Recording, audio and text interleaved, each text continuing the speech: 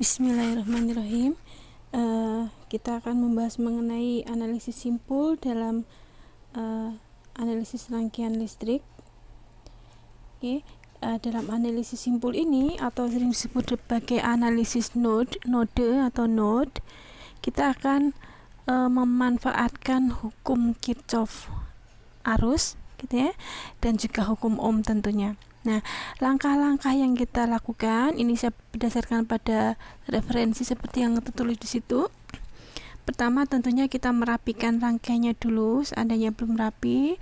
Kemudian semua nilai-nilai atau harga elemen beban maupun sumber itu kita perlihatkan.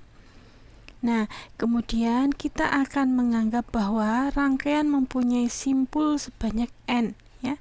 Simpul itu titik percabangan. Kemudian dari beberapa simpul tadi atau titik percabangan tadi, itu kita pilih satu simpul sebagai simpul referensi, ya. Selanjutnya semua tegangan atau semua beda potensial antara simpul di tiap simpul itu kita asumsikan sebagai beda potensial atau tegangan simpul tersebut terhadap simpul referensi yang kita pilih tadi, ya. Selanjutnya kita akan menggunakan hukum Kirchhoff arus, ya, pada tiap simpul non referensi.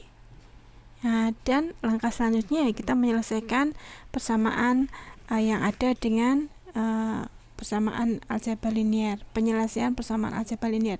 Yang keempat, ini adalah kasus di mana misalkan dalam satu percabangan itu kita melihat adanya sumber tegangan, ya, padahal dalam simpul ini kan kita menjumlahkan arus, gitu ya, sehingga kalau kita memang tidak melakukan analisis simpul pada cabang yang ada sumber tegangannya, kita harus menciptakan simpul super, ya. Oke, itu kita bahas belakangan. Oke, kita langsung saja pada contoh, ya. Kita langsung contoh penerapannya. Misalkan pada rangkaian seperti ini ada satu rangkaian listrik, ada 3 beban, 2 sumber arus. Nah, ini kita hendak lakukan analisis simpul untuk menentukan salah satu besaran yang kita cari, ya. Misalkan arus yang mengalir lewat R2. Nah, yang pertama kita lakukan adalah kita menentukan dari rangkaian tersebut itu ada berapa simpul atau ada berapa titik percabangan. Nah, di sini terlihat bahwa ada 3 titik percabangan, ya. Ada 3 simpul. Simpul yang pertama, yang ini adalah simpul yang menghubungkan atau di mana ada 3 komponen yang terkoneksi di simpul tersebut, yaitu sumber arus 2 ampere, kemudian resistor R1 dan resistor R2, gitu ya. Jadi ada 3 elemen terkoneksi di situ. Kemudian simpul yang kedua, ya, simpul yang kedua itu juga ada 3 komponen atau 3 elemen yang terhubung, R3, R2 dan sumber arus I2, ya. Oke, kemudian ada lagi satu simpul, ya. Ini adalah titik percabangan juga, makanya kita sebut simpul, di mana ada 4 buah elemen yang terhubung, I1, sumber arus I1, R1, sumber arus I2 dan R2, ya. Jadi ada 3 simpul, dan simpul yang di bawah ini, yang ketiga ini terkoneksi dengan 4 komponen rangkaian, ya. Simpul 1 terkoneksi 3, simpul 2 terkoneksi 3 juga, simpul 3 terkoneksi 4 komponen rangkaian. Nah, simpul yang terkoneksi dengan paling banyak komponen ini kita jadikan sebagai simpul referensi, nah, dan sering diberi simbol seperti ini.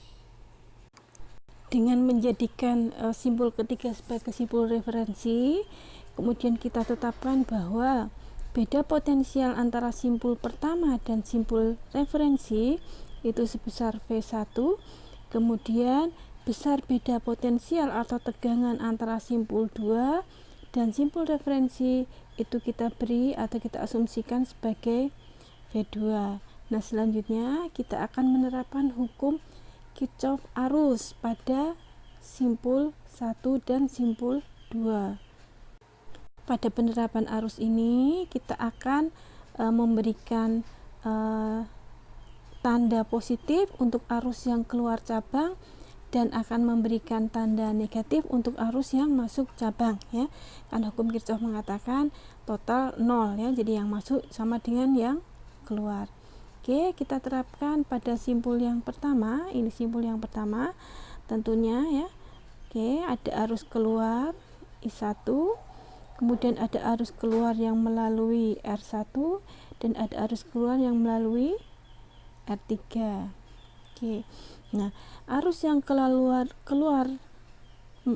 I1 ya kita tuliskan saja, ya. Tadi kita katakan kalau keluar itu positif berarti 2 ampere gitu, ya. Positif ditambah arus yang melalui R1. Kita tidak tahu arusnya berapa, tetapi kita tadi sudah mengasumsikan bahwa antara 1 dan simpul referensi itu tegangannya sebesar V1, ya. Jadi karena R1 itu ujung satunya di simpul 1 dan ujung satunya lagi di simpul referensi, maka kita bisa katakan bahwa tegangan yang melewati atau tegangan dari ujung-ujung R1 adalah sebesar V1, sehingga arusnya adalah sebesar V1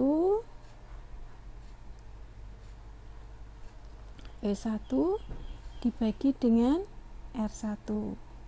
Oke, lalu kita akan mencari arus yang keluar melalui R3. Nah, berapa arusnya? Sekali lagi kita menerapkan hukum Ohm.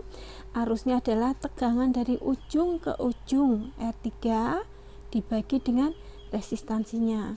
Nah, ujung ke ujung R3 ini, ya, ujung yang satu terhubung dengan simpul 1, ujung yang kedua terhubung dengan simpul 2, di mana masing-masing simpul kita sudah asumsikan mempunyai tegangan, maka tegangan yang keluar menuju R3 itu adalah sebesar tegangan pada R3 berarti beda tegangan antara V1 dikurangi V2 gitu, ya. Oke, dibagi dengan R3, ya. Oke. Nah, sama dengan 0 gitu, ya. Ya, karena hukum arus mengatakan demikian. Oke, ya. Jadi kita sudah mendapatkan persamaan di simpul 1 bahwa total arus pada cabang tadi simpul 1 itu sama dengan 0. Ya. Jadi V1 dibagi dengan R1, ini adalah arus yang melalui R1. Kemudian V1 dikurangi V2 dikurangi 3 ohm, itu adalah arus yang keluar dari cabang 1 atau simpul 1 melalui R3, dan arus yang keluar lagi adalah arus sumber I1 sama dengan 0. Selanjutnya kita akan menerapkan, ya, hukum Kirchhoff arus pada simpul kedua. Oke, jadi kalau kita lihat simpul kedua, kita misalkan arus yang keluar adalah arus yang melalui I3, kemudian arus yang keluar lagi adalah arus yang melalui I2, dan selanjutnya di sini sumber arusnya masuk I2, ya, berarti dia arusnya adalah masuk, ya. Oke, kita bisa jumlahkan arus yang masuk. Kita bisa mulai dengan arus masuk 3 ampere itu jadi min 3, ya. Oke, kemudian arus yang keluar melalui R3, ya, dengan arah arus seperti itu, maka arus yang melalui I3 adalah selisih tegangan ujung ke ujung R3 dengan arus itu masuknya di V2, maka arus yang keluar melalui R3 adalah V2 dikurangi V1, jadi potensial pada ujung-ujung V3 gitu, ya, dibagi dengan R3. Selanjutnya arus yang keluar lain apa? Arus yang keluar lain adalah arus yang keluar dari cabang simpul 2 tadi, ya, melalui R2, sama dengan tegangan ujung-ujung R2 itu V2 dibagi dengan R2 sama dengan 0 gitu ya, sama dengan 0. Oke ya, sehingga kita mendapatkan persamaan ini ya. Kemudian persamaannya kita rapikan ya. Jadi simpul 1 kita mendapatkan persamaan 1/2 V1 dikurangi 1/3 V2 sama dengan min 2 ya. 2 ampenya kita pindah ke kanan.